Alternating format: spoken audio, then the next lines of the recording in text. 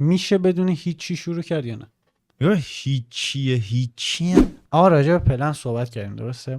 شروع با پلن یا بی پلن؟ سوال بعدی اینه که چه چیز سخت‌تر بود؟ که اصلا چیز خوبی نیست ولی تا یه حدی خوب. آره. بابام همیشه بهم میگه اینو. سلام بچه‌ها، خوش اومدید به اولین اپیزود از دومادکست. خوبین شما؟ تو خوبی؟ انگار مهمون ویژه دعوت کرده. خوبی شما؟ خیلی خوش اومدید. خیلی خوب تشریف آوردید. دقیقاً. آقا ما میدونی امروز قرار راجع به چی صحبت کنیم؟ شروع کردن. آفرین. حالا چه شروع کردنی؟ میخوایم راجع به شروع کردن تو یوتیوب خودمون صحبت کنیم که چه شکلی شروع کردیم. اوکی؟ و اینکه من یک سری سوالا برات طراحی کردم، میخوام اینا رو ازت بپرسم و خودم هم جواب بدم بهش. اوکی؟ تو میدونم بچه‌ها نمیدونن. بچه‌ها بدونی که این هیچ ایده ای از سوالا نداره و خودم طراحی کردم و فقط خودم میدونم. از موقع سوالا قایم می‌کردم. آره نمیذاشتم ببینه چون نمیخواستم از قبل فکر کنه بهش. حالا من خودم هم زیاد فکر نکردم بهشون جدی. و اینکه شروع کردن آقا، اولین سوالی که میخوام بپرسم ازت این که آقا میشه بدون هیچی شروع کرد یا نه؟ یا هیچی هم حالا شاید نشه. خب بستگی داره و هیچی رو خب مثلا چی ببینی اینا.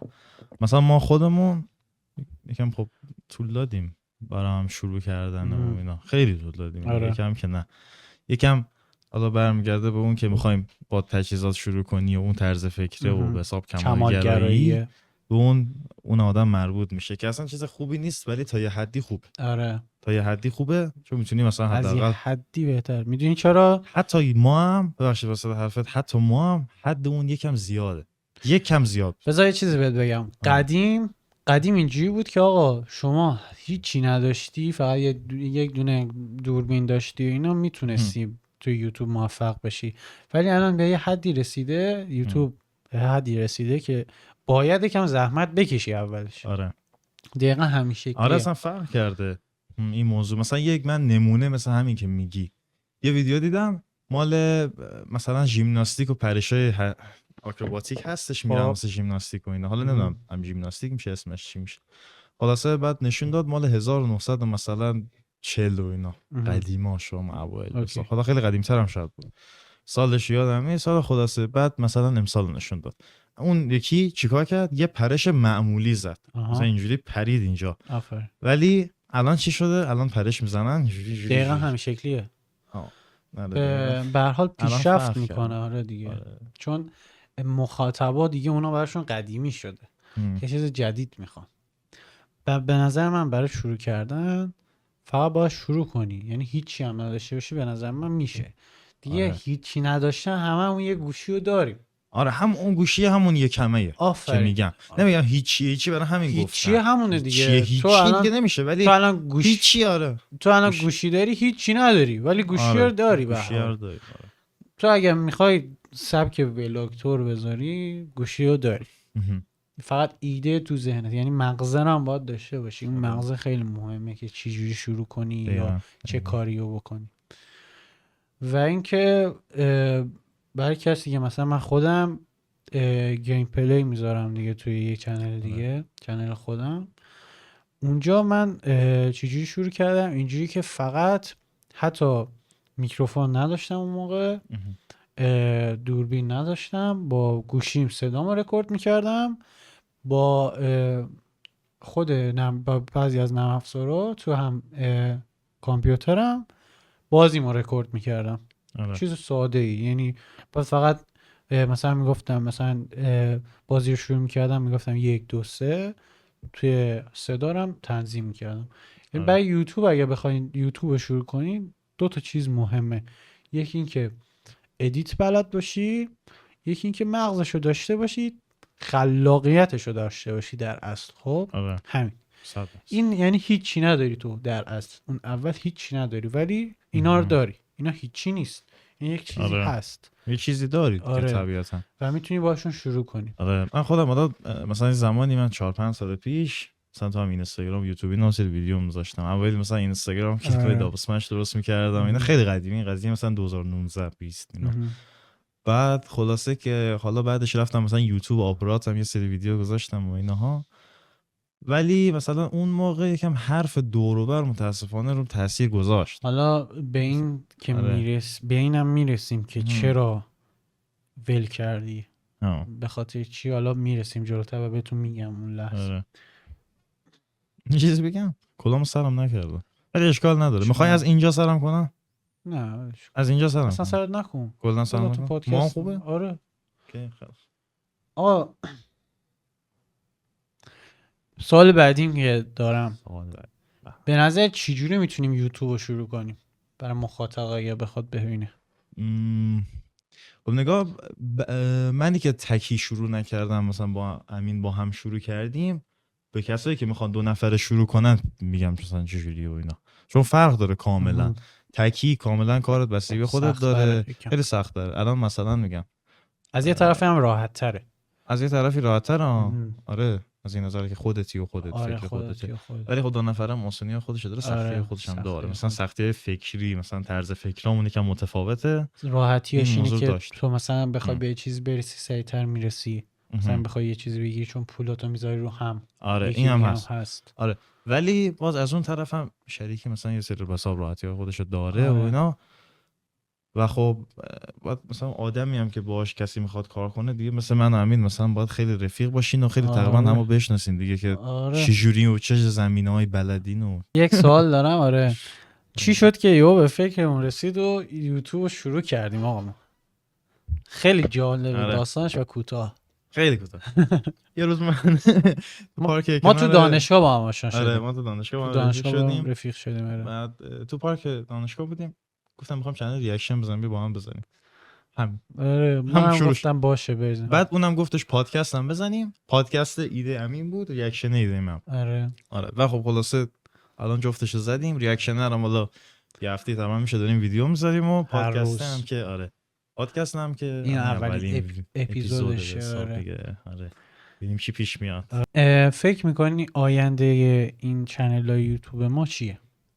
آینده چنل یوتیوب ما سوال سختی پرسیدی، چون آینده رو من نمیدونم میشه خبره. فکر میکنی که نه دوست داری چه شکلی باشه؟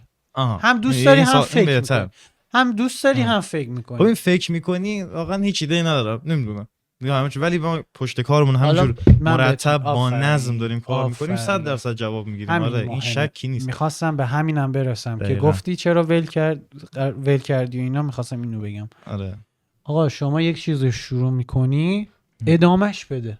به حرف هیچ کس گوش نده. یک چیزی رو شروع میکنی به هیچ کس گوش نده، کار خودتو بکن.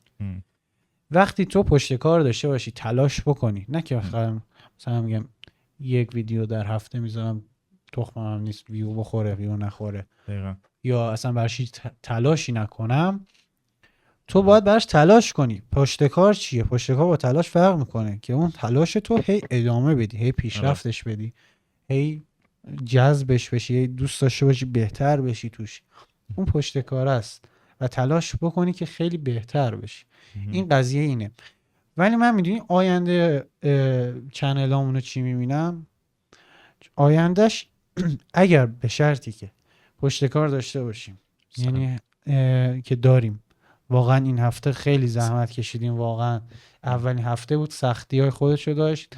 به خاطر اینکه تازه شروع کردیم، خیلی چیزا دستمون نبود، نمیدونستیم باید چی کار کنیم، ضبط صدا چی جوری بود، با میکروفون آشنا نبودیم، با دوربین آشنا نبودیم.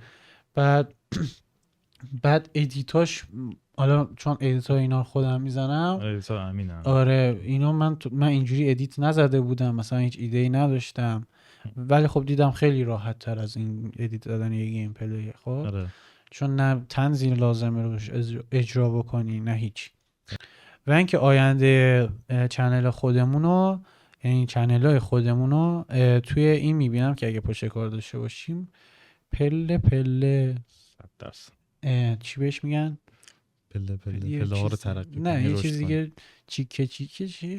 قطعه جمع کردم. نه بابا من داشتم چیز دیگه میگفتم. آقا پله پله میری جلوتر، حالا پیشرفت دیگه هفته استاپ میخوره، اصلا نگران نباشی. یعنی تو اگر ویدیو میذاری تو یوتیوب، یک هفته هیچ ویو نمیخوری، ویو تو که میخوری، همیشه ویو میخوری خب، ولی یه هفته هیچ سابسکرایب نمیگیری، هیچ لایک زیاد نشد و فلان اینا، اصلا خسته نشد. هفته چیه بیشتر قراره آره راست بگم ماها ممکنه شاید سالم برسه، ممکنه یک سال اصلا هیچ اتفاقی نیفته، ولی یک ویدیو بذاری که بترکه خب.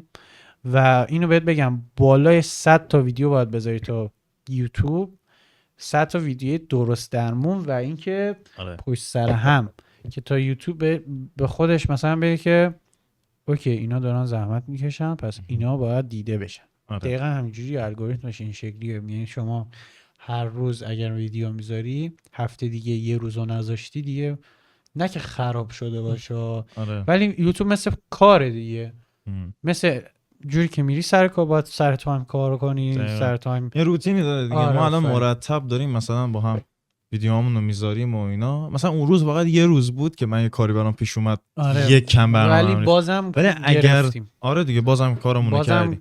مثلا اگه اونجوری نشه دیدی چقدر مرتب و راحت داشتیم کار می‌کردیم دیگه. با اینکه خسته بود، مثلا محمدرضا می سر کار خسته بود، خیلی خسته بود، بازم اومد و این کار انجام داد، به خاطر اینکه من بهش گفته بودم آقا شما یه ویدیو نذاری ممکنه به مشکل بخوری. بعد یه چیزی هم واسه طرفت بگم، یه چیزی یادم اومد همون روز اولی که ما اولین ریاکشن ویدیومون رو گذاشتیم و حتی قبل اینکه بخوایم پادکستمون رو بگیریم، یه حسی داشتم که آقا نمیخوام این کارو کنم و اینجوری یه حس همشه، اینقدر که ترس داشتم. ترس داشتم نمیدونم چرا ترس جلو دوربین اومدم، به خاطر چی همش برمیگرده به اون روزایی که یهو از کار چیز شدم و اینا. آره ولی بعد که یهو شروع کنی بیافتی و غلطک به حساب دیگه اون اتفاقا نمیفته. مثلا من الان کسی به تخ بده. من الان چنل خودم زیاد ساب نداره خب، ولی نسبت به کسایی که میبینم مثلا با تعداد ویدیویی که مثل من دارن خیلی سابام نسبت به اونا بالاتره خب. حالا نه مثل اونا، چون من دارم گیم میذارم، کسی گیم میذاره تو این حجم از ویدیو کم اینقدر ساب نداره معمولا خب.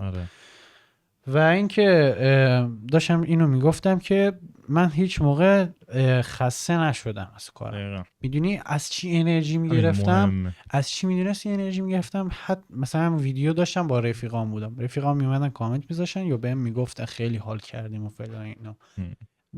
رفیقای ساپورتیو هم خیلی مهمه، یعنی یکی بیاد ساپورتت کنه خداست، یعنی تو میتونی قله رو باش فتح کنی، قله موفقیت رو راحت میتونی فتح کنی خب.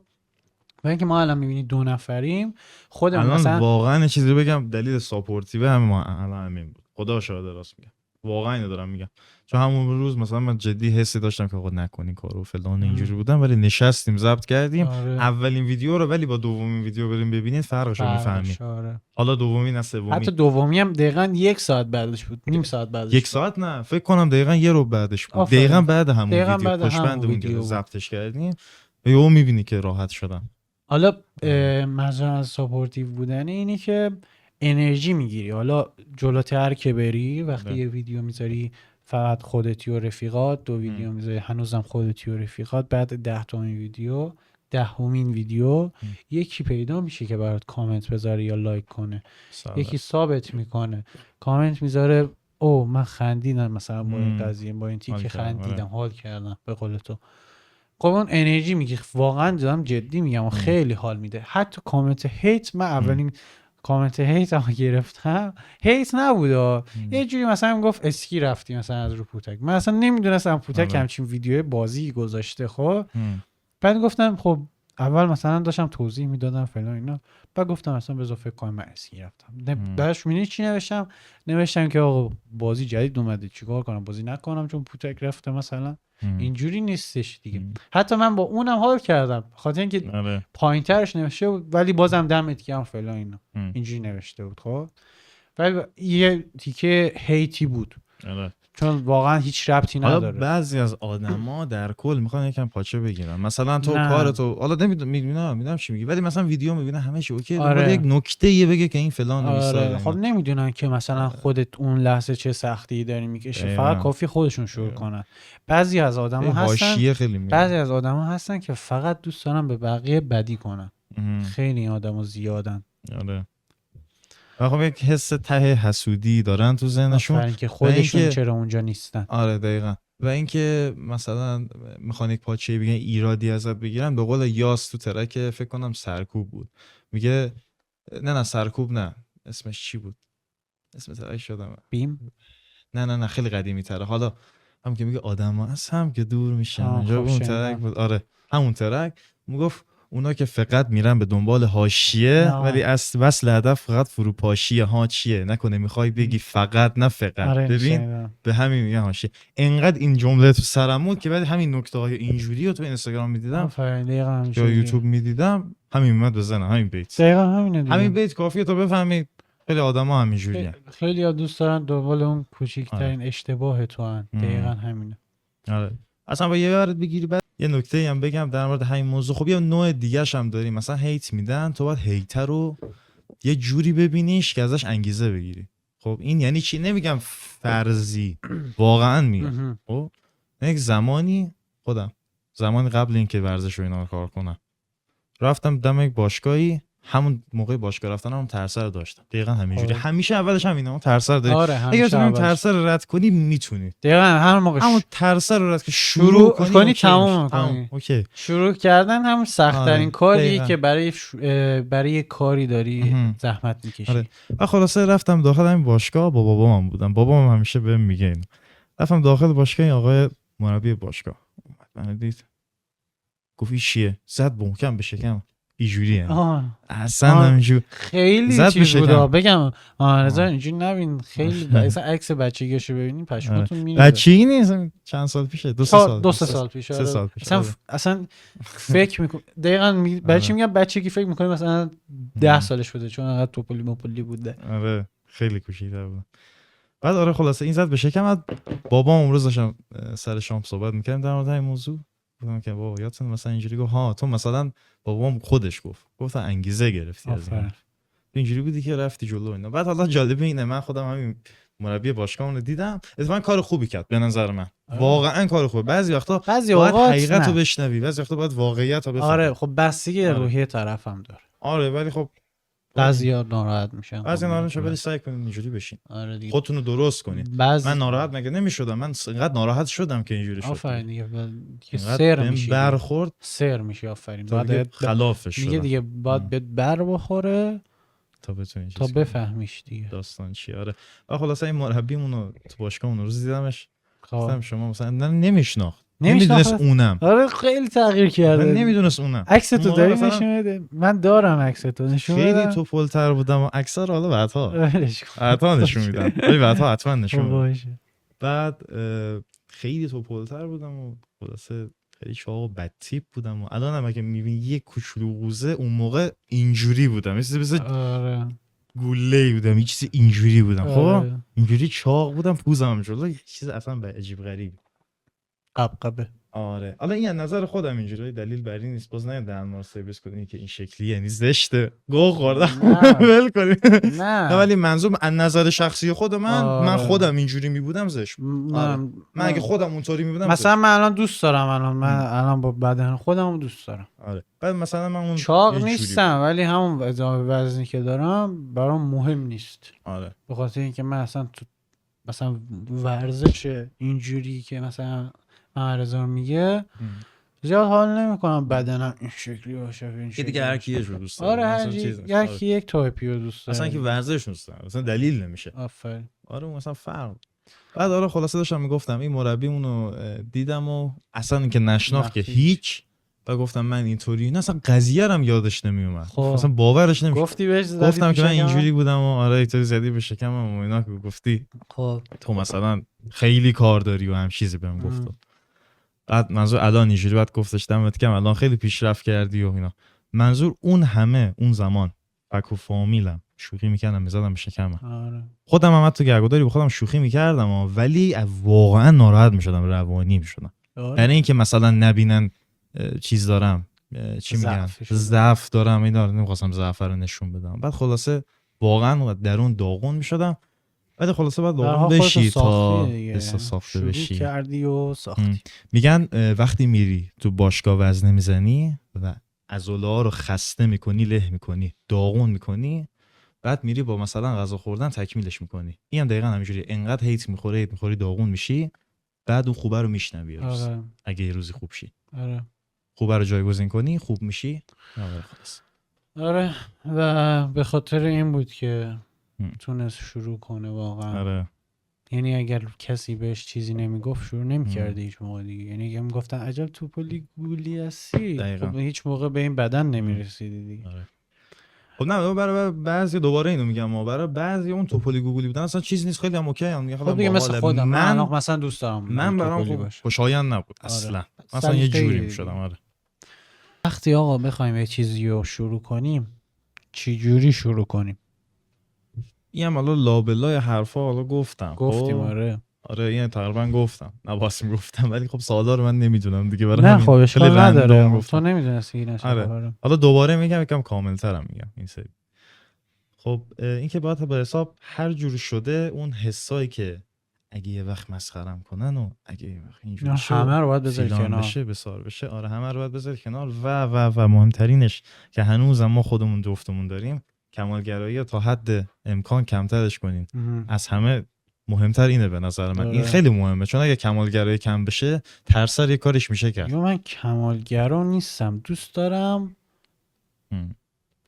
اون چیزی که کیفیت بدم به این و اون. آره. مثلا اگر دارم توی محتوا کار میکنم، توی تولید محتوا کار میکنم، کیفیت بالا بدم. آره. مثلا میگم اگر دارم فروشندگی میکنم درست بفروشم، برای مغازم حتی درست کار کنم یا مثلا هر چیز. ولی خب نکته قضیه اینه که آقا خواستیم یه چیزی رو شروع کنیم، چجوری شروع کنیم؟ اینجوری که آقا تو وقتی بخوای یه چیزی رو شروع کنی تو شروعش کردی دیگه.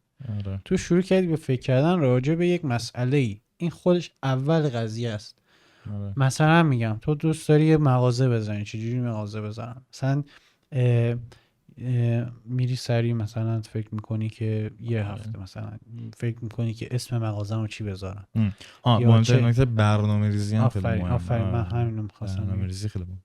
پلن باید داشته باشی. و حالا توی سوال بعدیم هم هست و اینکه یه رفیق دارم، خب صداش خیلی خوبه، گیتارم خیلی خوب میزنه. خب اون روز ازم پرسید که مثلا همین دیشب پرسید که چجوری دوست دارم شروع کنم ولی نمیدونم چجوری شروع کنم. من بهش اینجوری گفتم آقا همکارم بود تو بازار رضا با هم کار میکردیم. خب من تو بازار رضا مشهد، حالا اون مشهدی ها بیشتر میدونن، زوار زیاد، آدم زیاده، مشهدی زیاده، خیلی شلوغه بعضی اوقاتش، خیلی هم خلوته بعضی اوقات. خب ولی فروشندگی از اونجا تا چون اونجا مرکز شهر جای حرم میشه خب و خیلی شلوغه، تو چیزایی توی بازار رضا یاد میگیری که تو مثلا تو یه هفته بازار رضا میشه مثلا 2 ماه یه پاساژ مثلا آرمیتاژ حتی که انقدر شلوغه. چون آرمیتاژ میگه چی جوریه، مثلا به تخمم کار میکنن خب. آره. ولی اونجا فقط باید بفروشی، اونجا باید حسابی کنی. آره باید بفروشی. آره. من اونجا حقوقش خوب بود، خدا وکیلی حقوقش خوب بود. به یک جای رسیدم چون خودم هم دانشگاه میرفتم، تایمم کم بود، حقوقش دیدم مثلا با این تایمی که من دارم میام نمیصرفه. حتی اگرم بصرفه، چون اونجا از صبح تا شب مثلا تابستونم که میرفتیم آخر تابستون چیزی نمیمون. چون میدونی چرا؟ تو از کل تابستون مثلا 1 ماه کار میکردی، 29 روز کار میکردی، 1 روز دلت میخواست بری تفریح کنی دیگه، فکر کنم 15 روز رو میرفتی تو همون 1 روز خرج میکردی. در این حد بود. چون دوست داری ارضا بشی، ارضای روحی بشی از لحاظ این که مثلا من این همه کار کردم چرا نرم پولامو خرج کنم و فلان اینا.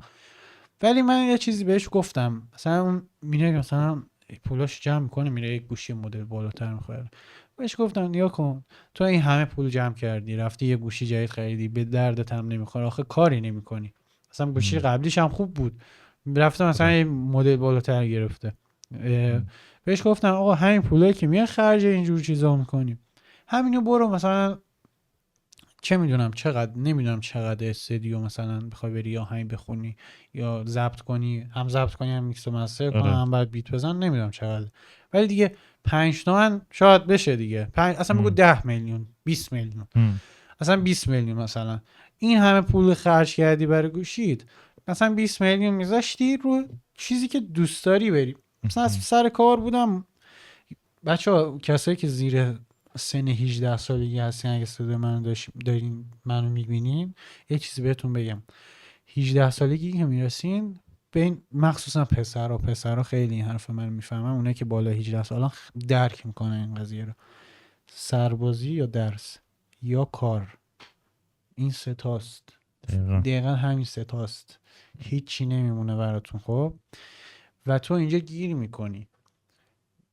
16 سالت میشه، مثلا میگم من خودم از 15 سالگی، از 14 15 سالگی تا همین 6 ماه 7 ماه پیش تو بازار رضا بودم. خب که مثلا فکر کنم میشه 4 سال 3-4 سال میشه. خب تو این 3-4 سال من هی کار میکردم. اون موقع که بچه بودم که هیچ، ولی بعد که بزرگتر شدم موندم من الان مثلا میگم 15 تا حقوق میگیرم، اگر 2 روز دیگه بخوام زن و بچه بگیرم، زن بگیرم و بچه دار بشم، حالا که الان دوست ندارم ولی کلی میگم اگر بخوام یه ماشین بگیرم یا یه خونه برای خودم بگیرم، حقوق 15 میلیون تومان چی جوری میتونم برام خونه بگیرم؟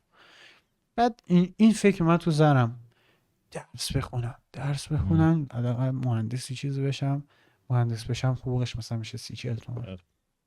بعد اونجا مونده بودم آقا چه اگه الان برم سربازی، برم سر کار، یا اینکه برم دانشگاه. من گفتم اوکی من میرم دانشگاه. به خاطر چی؟ به خاطر اینکه دوست ندارم برم سربازی، فقط به خاطر اینکه دوست ندارم برم سربازی. و اینکه کارمو دوست نداشتم. به خاطر چی؟ به خاطر اینکه توی بازار رضا واقعا یک سری آدما میان، چون همه جور آدم هست، هم آدم خوب هست هم بد، خیلی همه چی جور آدم. یک سری آدما میان واقعا اعصابتو به هم میریزن و من به شدت داشت اعصابم خورد میشد و روانم داشت واقعا داغون میشد. خب با خودم اینجوری کردم، گفتم آقا من هر کاری شده میرم یه کاری میرم که ارباب رجوع نداشته باشم، مثلا مشتری نداشته باشم، چون واقعا اعصاب مشتری زبون نفهمو ندارم. بعضیا خیلی آدمای خوبی بودن اونجا، ولی بعضیا فکر کن مثلا ما کفش فروختیم، کفش فکر کن چقدر 110,000 تومان کفش. کجا میدن 110,000 تومان کفش؟ چقدر مال قضیه چند وقت پیشه؟ حالا ما همین 1.5 سال پیش همین 1.5 سال پیش مثلا کتونی می‌خواستی بگیری دیگه راحت 1 تومن بود. بعد ما کفش زنونه میدادیم 110,000 تومان، تولیدی خودمون بود، چون تولید خودمون. حالا همون کفش ارزونا با اون کیفیت ها کمش 450 تومن 500 تومن بود اون. آره دیگه مثلا 300-400 تومن بود، راحت 200 تومن بود دیگه، مثلا خیلی بری بگردی و فلان. ما چند بود؟ 110 تومن 110,000 تومن. یارو برای 10,000 تومن چونه میزد. ما مقطوع بودیم نمیتونستیم، یعنی من اگه بهش 100 تومن میدادم، چون 10,000 تومن واقعا چیزی نیست، من اگه به 10,000 تومن تخفیف میدادم از این طرفم باید 10,000 تومن از جیبم میذاشتم تو دخل، بگم آقا من یک دونه کفش فروختم، نه اصلا اجازه ندارم تخفیف بدم. یارو ما رو دهنمون رو سرویس کرد فلان اینا. عرضم به حضورت که 10,000 تومن اینجوری انداخت. بیا بابا این 10,000 تومن اینجوری. منم فشار رو اعصابم خورد شد، گفتم در بیار اونا رو بده، من اصلا فروشی نیست در این حد. اعصابم خورد شده بود. نه بخشی فکر کنم پلاستیک میخواست بده. نه نمیدونم میخواستم بهش پلاستیک بدم یه چیزی، چون اون 10,000 تومن پرت کرد، منم یه چیزی پرت کردم سمتش. بعد زنش کفشا رو در آورد، گفتم بده از خدا شکر دیگه فعلا اینا. بعضی از مشتری واقعا اینجوریه، ولی بعضی میان اصلا مثلا من با یک بنده خدایی اومد ازم خرید کنه با خانواده‌اش، شمالی بود،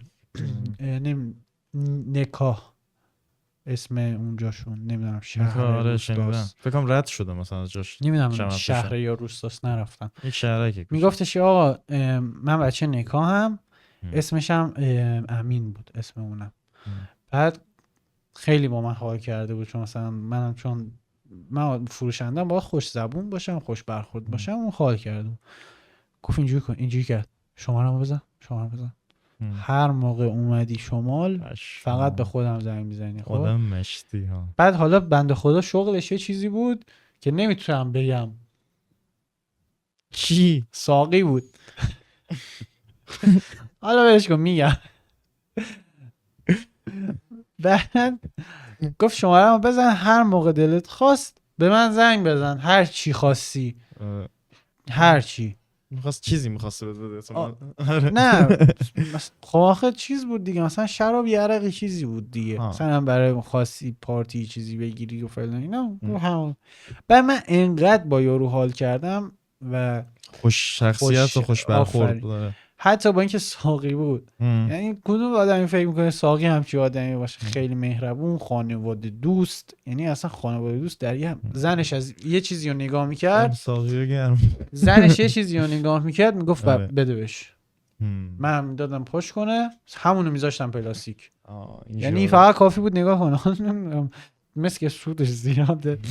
ولی خب اینجوری بود دیگه. مثلا اصلا به یارو نمیخوره. مثلا ساقی چرا باید آدم اون شکلی باشه؟ مثلا کلمه ساقی اونجوری نیست. به قول معروف دم ساقی میکرم که حداقل تو این وضع یک سفر ما رو میره. خیلی جمعه بود. منظورش فضا. مثلا تو این وضع بازم یک سفری میریم. خیلی یه کلیپ دیدم یارو میگفتش که بچگیاش بود، میگفت باهاش ازش میپرسه میخواد چیکار شی؟ فضانورد. بعد یارو 18 سالش میشه، واسه یارو 18 سالش میشه میگه تو همونی بودی که میخواستی فضانورد شی فعلا. اینا تو که یک سری تو پارکای. گفت کجای کاری؟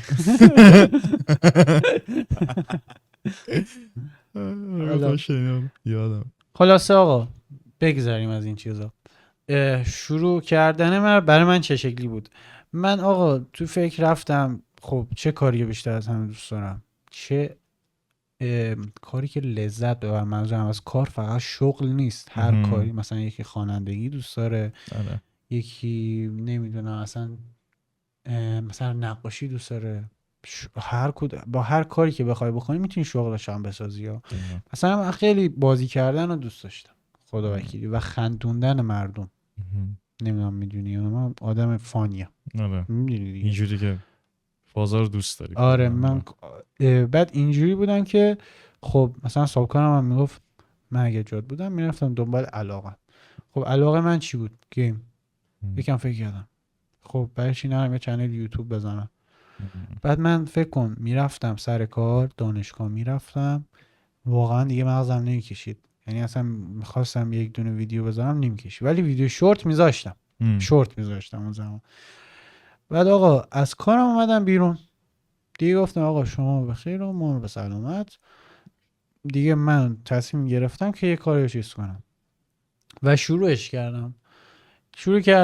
وسطاش خسته شدم، دوباره شروع کردم، دیدم اوه یه ویدیو گذاشتم مثلا از ویوم از 20 تا یهو شد 40 تا. اصلا خوش تو کونم عروسی بود، خدا وکیلی. عروسی کون. عروسی کونم دقیقا همینجوری بودم. بعد واقعا تو کونم عروسی بود که یهو 40 تا.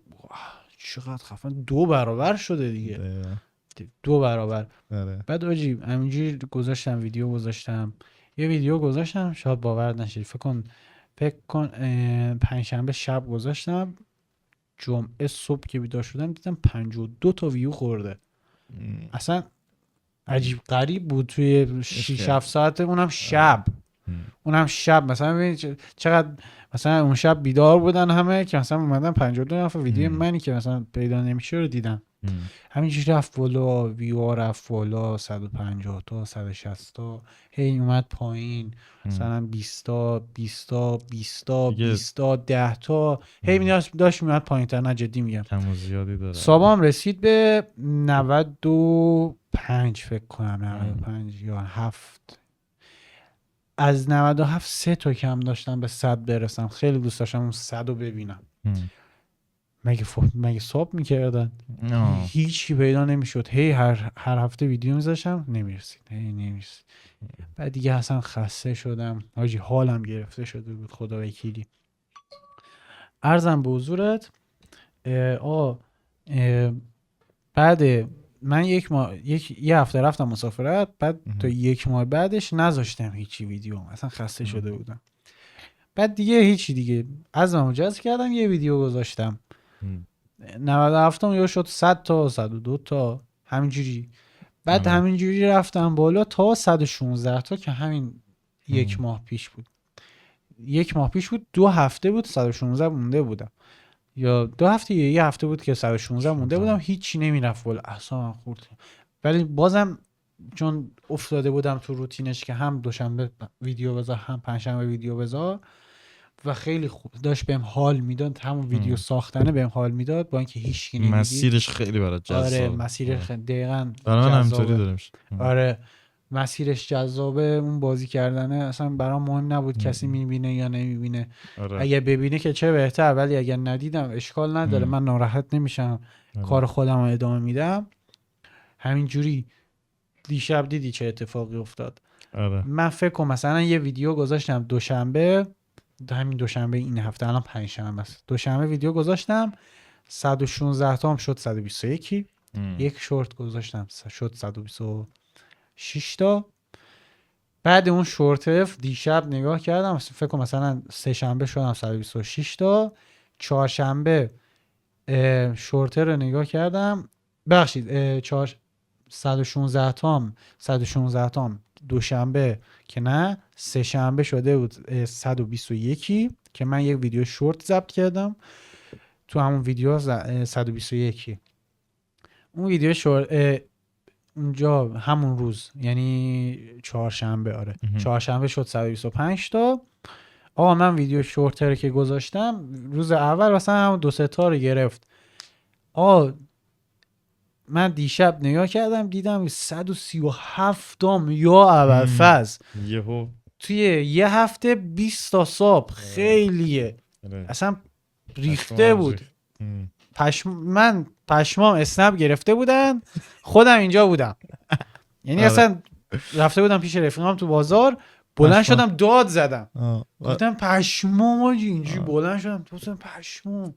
خیلی قشنگه این مسیرش اگر میخوای یوتیوب شروع کنی یا هر چیز دیگه ای. آره ایشالله هر چیز دیگه روزی برسه مثلا 2-3 سال دیگه، حالا شاید هم زودتر، خدا رو چه دیدی، ولی 2-3 سال دیگه مثلا ما حسابمون عجیب غریب شده و مثلا خیلی رشد کردیم، زودتر به جای تجربه شروع کردن اونو بگیم چجوری شروع کنیم. اون موقع حداقل در یه حدی هستیم بگیم. آره ولی اون موقع حداقل 2 نفر اون حساب میکنن دیگه، خب یه در یه حدی هستش. بیاد اینو بهمون بگه. الان شاید طرف بگه تو کی مثلا. حالا ما که ما کار خودمون میکنیم اصلا ذره اهمیت نداره طرف چی بگه، ولی در کل که اون موقع مثلا نشستم پای ویدیو میبینم خیلی تجربیات ما از شروع کردن یوتیوب نگفتیم که چجوری ادامهش بده. داریم شروع کردن رو میگیم. آره یه چیزی رو شروع کردیم چجوری تمومش کنیم. سوال سخته، خیلی سوال سخته. خیلی خوشم که نمیدونم چجوری جواب تو بدم. یعنی تموم شدن کار به چه هدف، یعنی به چه چیزی؟ هدفت چی می‌بینی؟ من مثلا میگم من زمانی تموم میشه که به یه برندی برسم که مثلا چند نفر منو بشناسن. آره اونجا برای من تموم شده است. واقعا این برام تموم شده است، به هدفم رسیدم دیگه. ادامه میدم، نه که ادامه ندم، ولی برام تموم شده. اون هدف رسیدی، پروندهش بسته شده. آره پروندهش برام بسته شده و چیزی ندارم. هدفی که تو ذهنت داری تموم شده است. آفرین. حالا من خودم و بعد از اون چیزای جدیدی شروع میشه. 100%. آره به اون لولی رسیدی که دیگه خیلی چیزای خفن‌تری هم شده، چیزا با کیفیت‌تر، خفن‌تر. من خودم هدفم خب همیشه مثلا معروف شدن رو دوست داشتم مثلا ببینم، و خب ارتباطاته که مثلا دوست دارم ارتباطات خیلی مهمه تو همین مثلا پادکستامون و اینا یا هم ریاکشنامون خیلی آرتیستای خفن منم دوست در راه باشه. مثلا این خودم تو ذهن من خیلی هست. اینجور رندوم حالا مثلا تموم شدنه کجا می‌بینی؟ تموم شدنه آخه راجع به این موضوع من تا حالا فکر نکرده بودم. خب همین بهت نشون ندادم سوالا. آره این که یکم یهوییه، تجربه جواب دادن این سال یهویی رو خیلی نداشتم. خب مثلا یه حد سابسکرایب مثلا بگم تو ذهنم همیشه، خب مثلا 100K همیشه تو ذهنم. خب اصلا عجیب غریبه 100K که هنوز اولاشه 100%، ولی من هدفه باید خیلی میگم بلند پرواز باشه. اینا یکم زیادی بلند پرواز. نه اشتباه همینه. نه اصلا اشتباه اینجوری که تو داری میگی. از چه نظر؟ من دائم یه حرف خوبی میزنه. میزنه که آقا تو مثلا میگم تو داری به 100 میلیون فکر میکنی، خب خدا که نمیاد همون 100 میلیون رو بهت بده. میدونم یاد داری تمرکزتو میکنی برای اون هدفتو گذاشتی برای اون 100 میلیون، مثلا 100 میلیون رو داری میری بعد هدفتو گذاشتی برای 100 میلیون دیگه، تمام تلاشتو میکنی به اون 100 میلیون برسی، ولی بازم فکر کن مثلا از صفر رسیدی به مثلا بگو 10 میلیون. حاجی 10 میلیون آره چقدر زیاد، ولی تو تلاش 100 میلیونی کردی.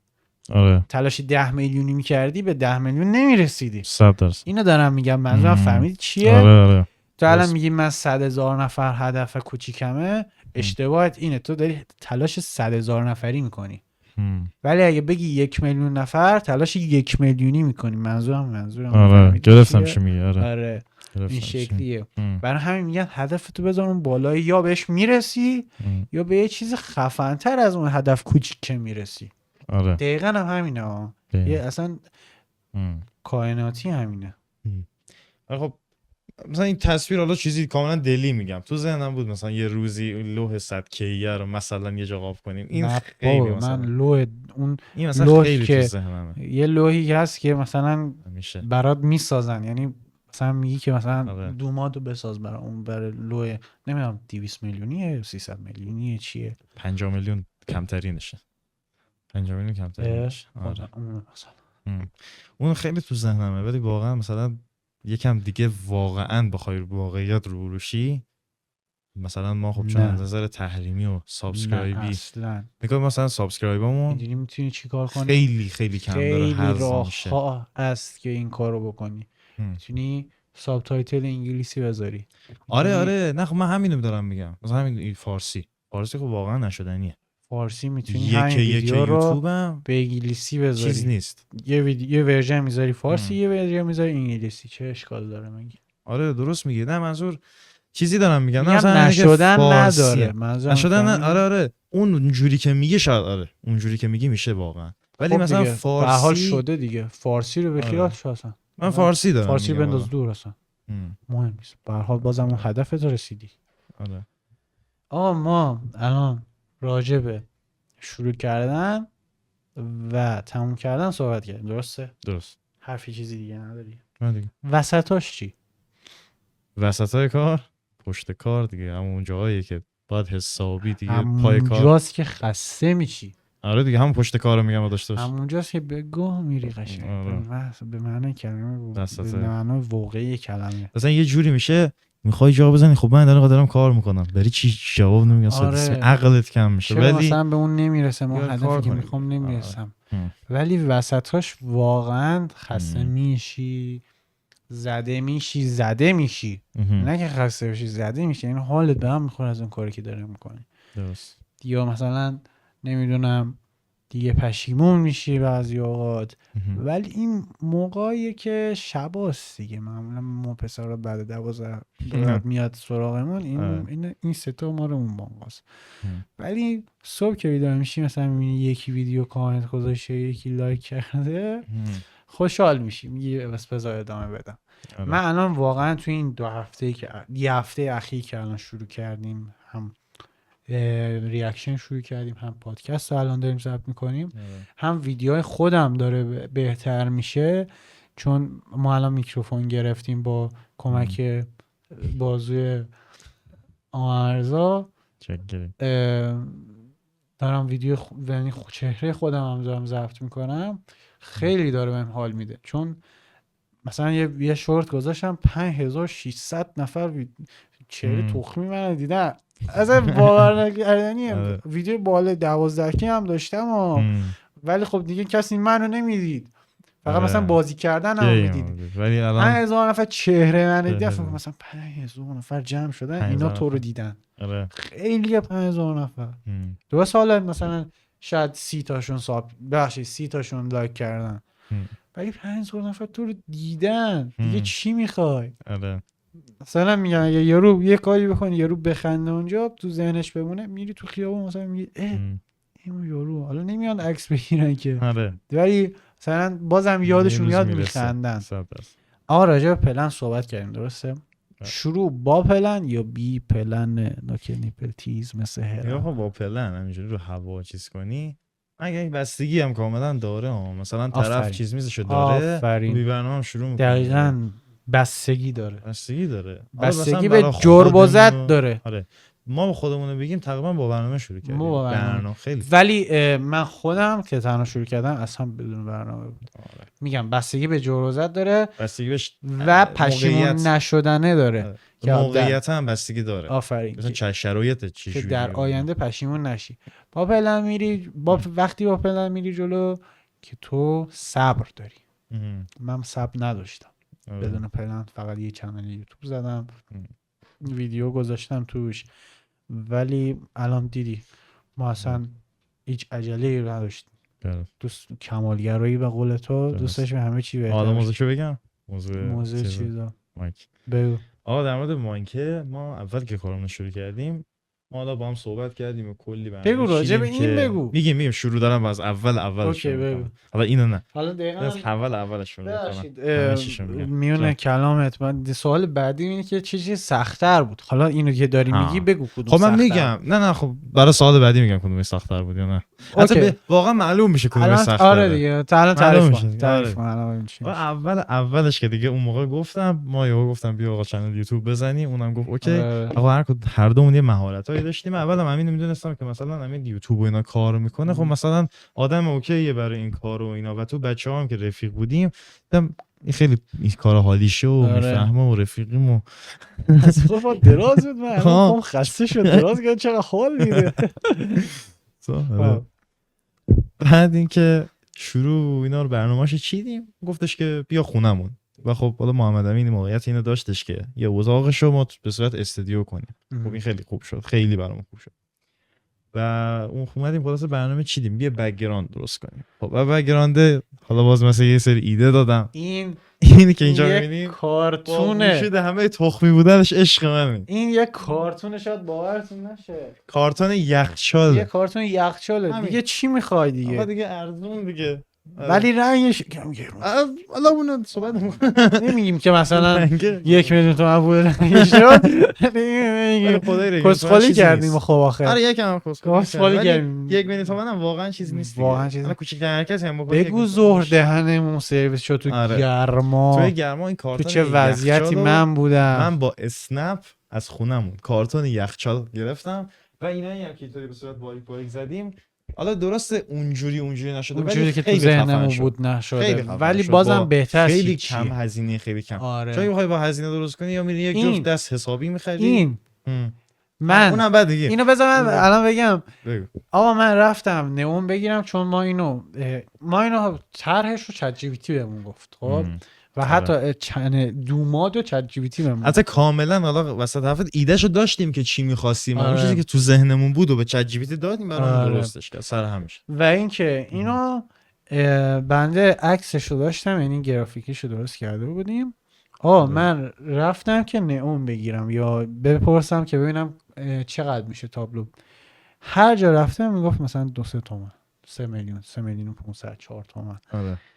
بعد من رفتم گفتم ولش کن، میرم خودم میگیرم درست میکنم. درست زیاد جالب نشده، ولی شما از نزدیک زشتیشو نمیبینی، از تو دوربین همون قشنگیه رو میبینی. خب زیادش رو نمیبینی، از نزدیک که نمیبینی.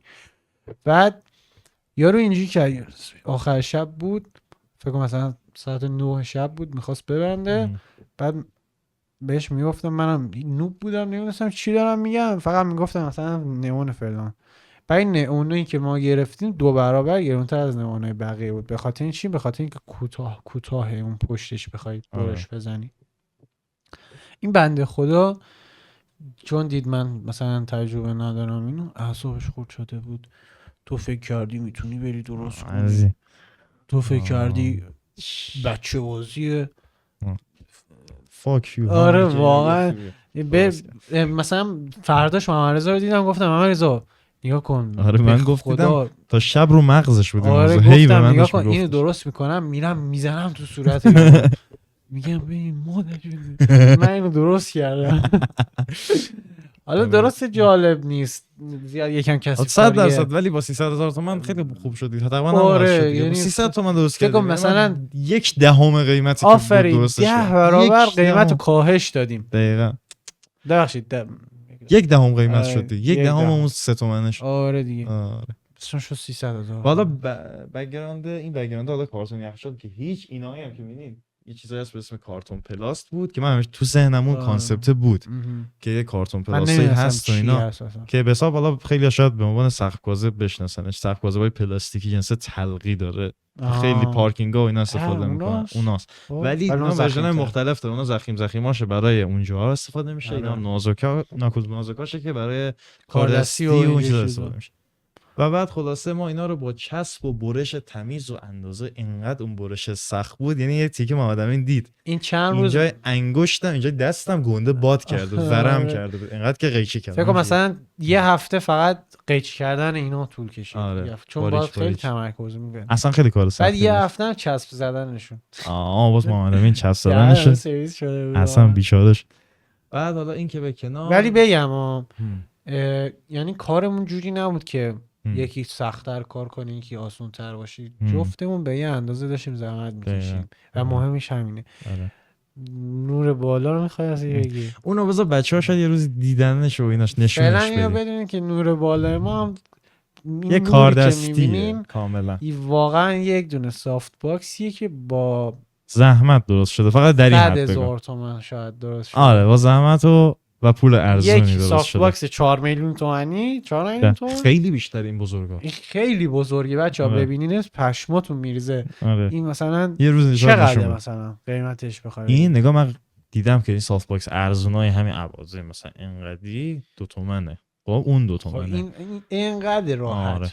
اینقدر واسه کردن بزرگیا سیم کشی کردم این بالا رو نزدیک بود برق بگیره. همه این مارکا این مارک خوبن چون این بزرگا. اصلا مارک معمولیاش نیست چون نمیزنن چون معمولی مثلا این ابعادو.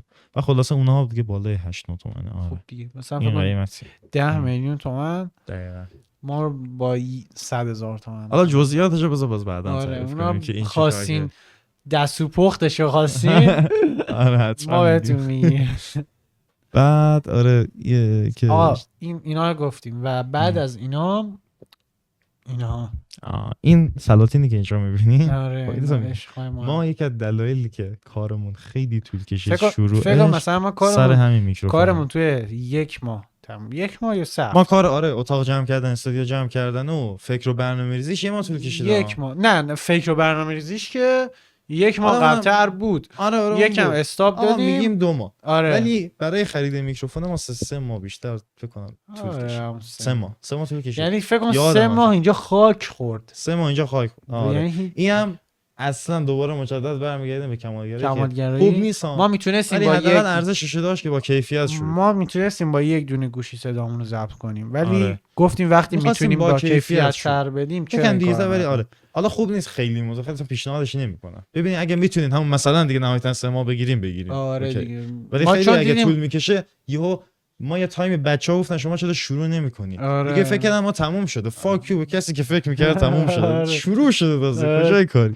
خب خریدیم و طول کشید. خیلی دردسر داشتیم. آره. طول کشید. و اینکه اصلا هیچ چیز میشد پول نمیتونستیم جمع کنیم و خب دیگه همین دیگه خرجم داره زندگی. جنگ شد.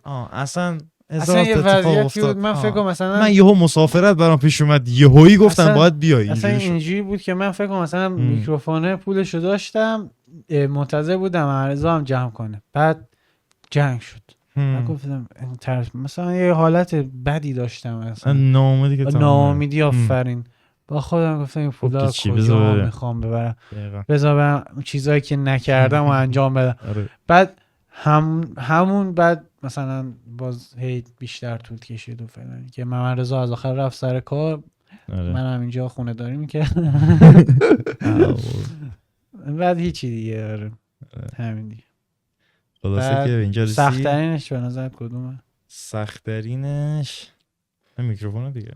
میکروفون نمیشه. نه تو تجهیزات میگی؟ تو چیو میگی؟ سوالت دیگه پرس. سخت‌ترین بخشی کات بده. سخت‌ترین بخشی که شروع کردیم و تا الان رسیدیم که اولین اپیزود پادکستمون رو داریم میگیریم، سخت‌ترین بخشش کجا بود؟ سخت‌ترین بخشش دیگه واسم گذشت. که قبل این که ما خواستیم ویدیو ریاکشن رو بگیریم و ویدیو پادکستمون رو بگیریم. آها، یعنی میگی اون ترس سخت بود برام. من مثلا دیگه تموم شد. اون ترس واسم از بین رفت. و اون سختیه، حالا نه نمیگم چیزه، ولی سختیه شروع کار رو میخوام بگم، این دوتا خیلی برام از همه بیشتر سخت‌تر بود.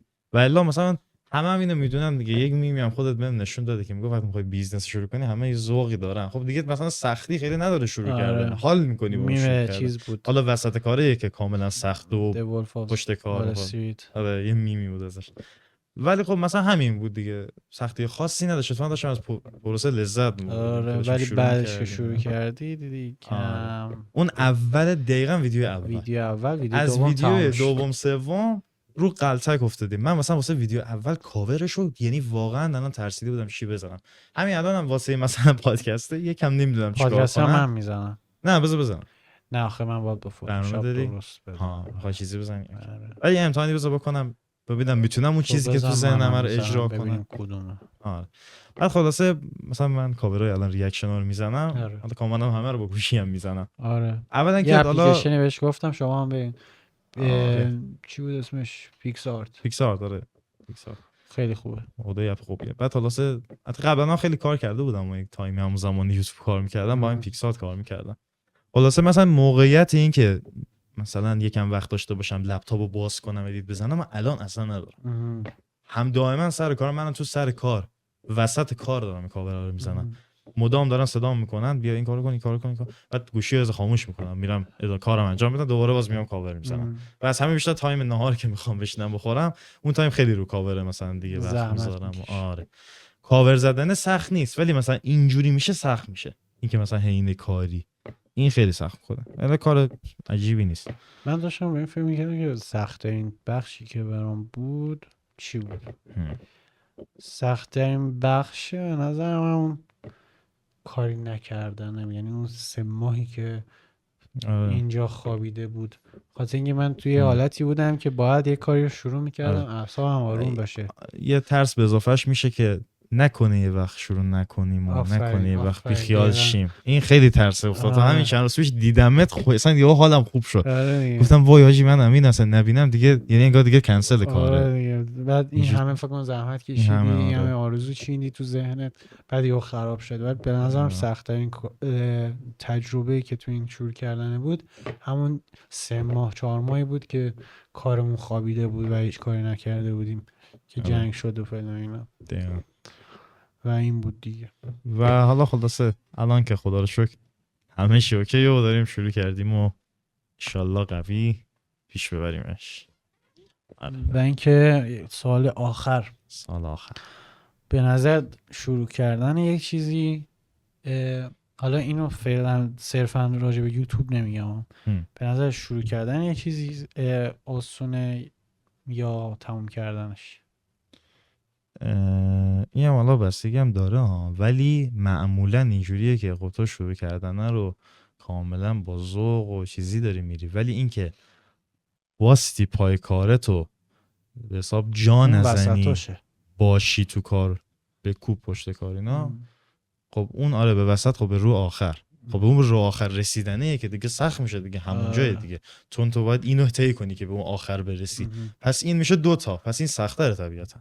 یعنی اوله رو ذوق داری شروع میکنی، یعنی سختیش آخر کاره رو. آره و تموم شدن سخت‌تر. من گفتم صرفا راجع به کار یوتیوب اینا نگو. آره نه کلا میگم مثلا هر کاری وسط داره آخرشو داره. تموم کردن یه رابطه به نظرم آره واقعا سخته دیگه، همون دیگه راست میگی. و همه خواستم یه آسون ترین ولی دیدم خیلی سخته. خیلی سخته. تو هم کارت به قول تو جوری پیش میره و یکم سخت‌تر میشه، باید کیفیت بهتر بدی، باید چیزا جدید باشه اینا، راست میگی. آره اینجوری من میبینم. آره حرفی سخنی همین هیچی دیگه. خیلی خوش گذشت من که حال داد. آره آره اولین بار بود. اول ویدیو یک جوری بودم ولی الان خیلی یخم آب بچه‌ها ما شده. هفته یک دونه اپیزود داریم خب. اپیزود ولی چون حال داد پادکستی. میگم اگه حال میکنین میتونیم آره. هفته 2 تاش کنیم واقعا. بیشترش کنیم. شاید هم بیشتر بلکه بیشتر. هم مثل محمد رضا خیلی حال کرده. من کردم خیلی باحال. آقا کار چیزی سخن هیچی. هیچ. مرسی که نگه کردین. مرسی. فعلا خدا نگهدار. آقا خدا نگهدار. نکرد.